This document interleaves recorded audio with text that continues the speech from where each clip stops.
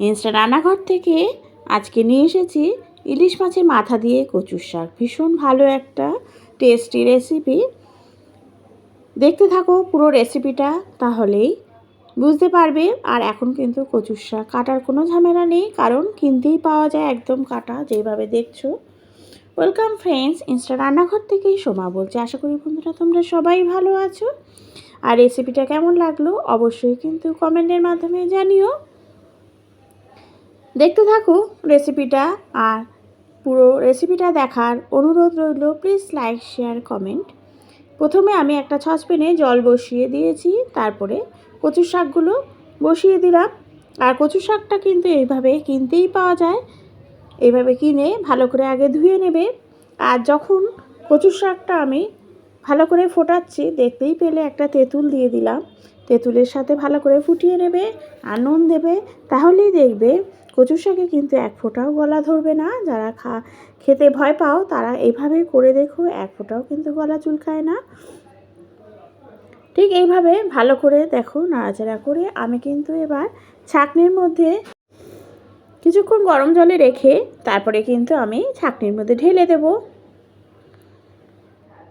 ঢেলে দিয়ে তারপরে কিন্তু আমি ভালো করে আবার নর্মাল জলে ধুয়ে নেব। নর্মাল জলে ধোয়ার পরে আমি এটাকে তুলে রাখবো, যাতে যেটুকু জল আছে যাতে সব জল বেরিয়ে যায়। আর দেখো কলটা ভালো করে খুলে নিয়ে ধুয়ে নিলাম, যাতে ভালো করে পরিষ্কার হয়ে যায় আবার। এবার আমি কিন্তু রেখে দিলাম একটা ওই সসপ্যানের উপরেই, যাতে যেটুকু জল আছে সব জল বেরিয়ে যায়। তারপরে খুন্তি দিয়ে এরকমভাবে আমি স্ম্যাশ করে নেব, যেভাবে করছি। দেখো কচুর শাকগুলো একদমই নরম হয়ে গেছে, ভীষণই ভালো ছিল কচুর শাকটা। ঠিক এইভাবেই বেশ কিছুক্ষণ ধরে কিন্তু আমি রেখে দেব, যাতে জলটা একদম বেরিয়ে যায়। দেখো জলটা কিন্তু একদম বেরিয়ে গেছে। তারপরে কিন্তু আমি রান্না শুরু করেছি।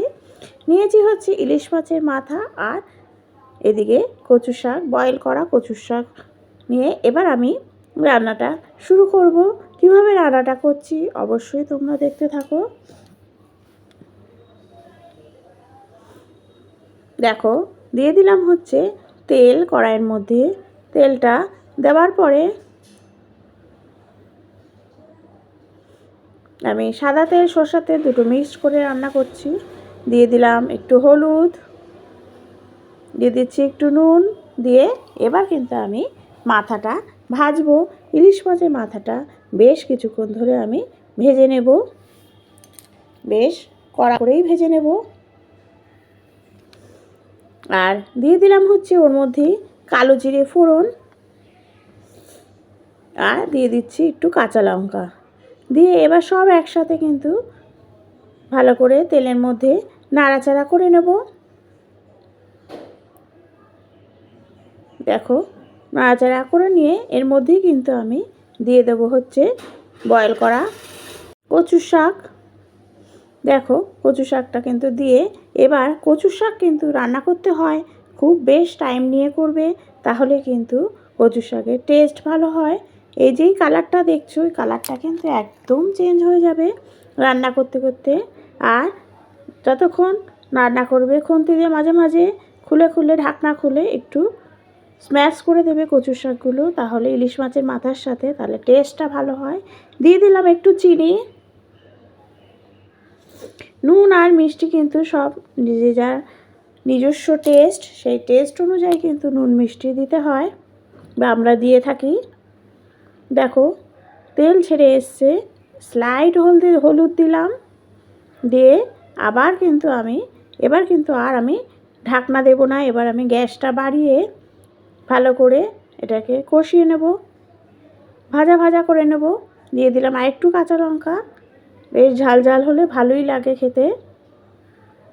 দেখো ঠিক এইভাবে রান্নাটা করবে যতক্ষণ পারবে গ্যাসে, এরকমভাবে বেশ কিছুক্ষণ বসিয়ে রেখে নাড়াচাড়া করবে, তাহলেই কিন্তু কচু শাকের টেস্ট খুলতে থাকে।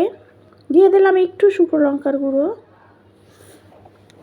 কারণ কাঁচা লঙ্কাটা ঝাল কম ছিল। যদি কাঁচা লঙ্কা ঝাল থাকে শুকনো লঙ্কা দেওয়ার কোনো প্রয়োজন নেই। আর আরেকটা জিনিস দেবো, দেখো, সেটা হচ্ছে লেবু। লেবু এমনি পাতি লেবু আমি চিপড়িয়ে রস বের করে নিচ্ছি, সেই লেবুর রসটা কিন্তু আমি কচুর শাকে দেবো। পুরো একটা লেবু আমি পুরো রস বের করে নিচ্ছি, নিয়ে এরপরে আমি এই রসটা কচুর শাকে দিয়ে দেবো। যদিও আরও যদি মনে হয় যে গলা চুলকাতে পারে, সেই জন্য দিয়ে দিচ্ছি লেবুর রস। এর ফলে কিন্তু গলা চুলকানো এক ফোঁটাও কিন্তু কোনো ধারে কাছেই আসবে না গলা চুলকানি। এর ফলে তোমরা অবশ্যই কিন্তু এই কচু শাকটা খেতেই পারো। যারা খেতে ভয় পাও তারা ঠিক এইভাবে রান্না করবে কচুর শাক, তাহলে কিন্তু কচু শাকের কোনো প্রবলেমই হবে না কচু শাক খেলে।